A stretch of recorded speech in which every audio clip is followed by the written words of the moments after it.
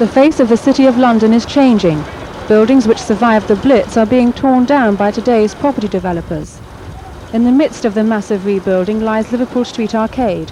It's been attracting shoppers for over 100 years.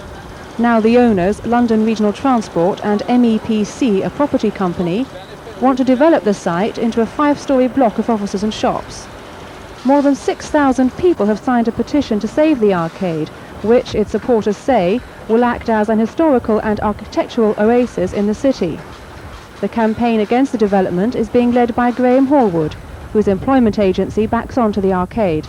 We argue that the present square footage is going to go up by such a small scale that to cause 4 years of nuisance to the passengers in the underground station, to remove perfectly functional arcade and not have it refurbished and put back to a much more sort of pristine Victorian elegance is totally unnecessary and causing hardship and potential hardship to a perfectly viable, profitable set of businesses and shops that are running amiably and well liked by the public. About 250 people will be affected by the proposals. One of them is Elaine Quilter, who's worked in the arcade for 8 years. So what will happen to you if the development says that your shop has to go? Well, I'll have to find another job. I mean, all the staff here will be unemployed also.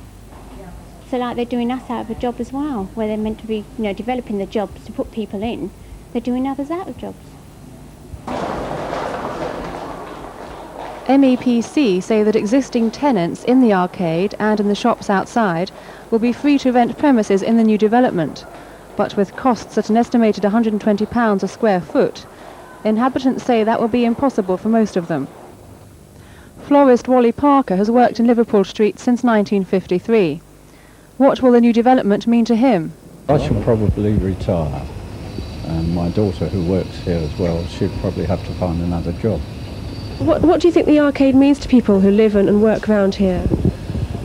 Well, I think they like it. It's a nice atmosphere. People are friendly, and lots of people who come through there say that they'll be very, very dismayed if the arcade were to close down.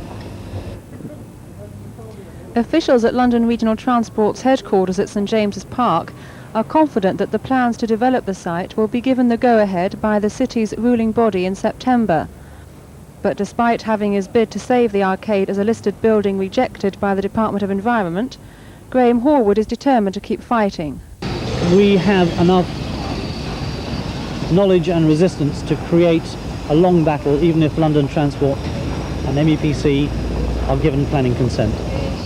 And it could go into several years.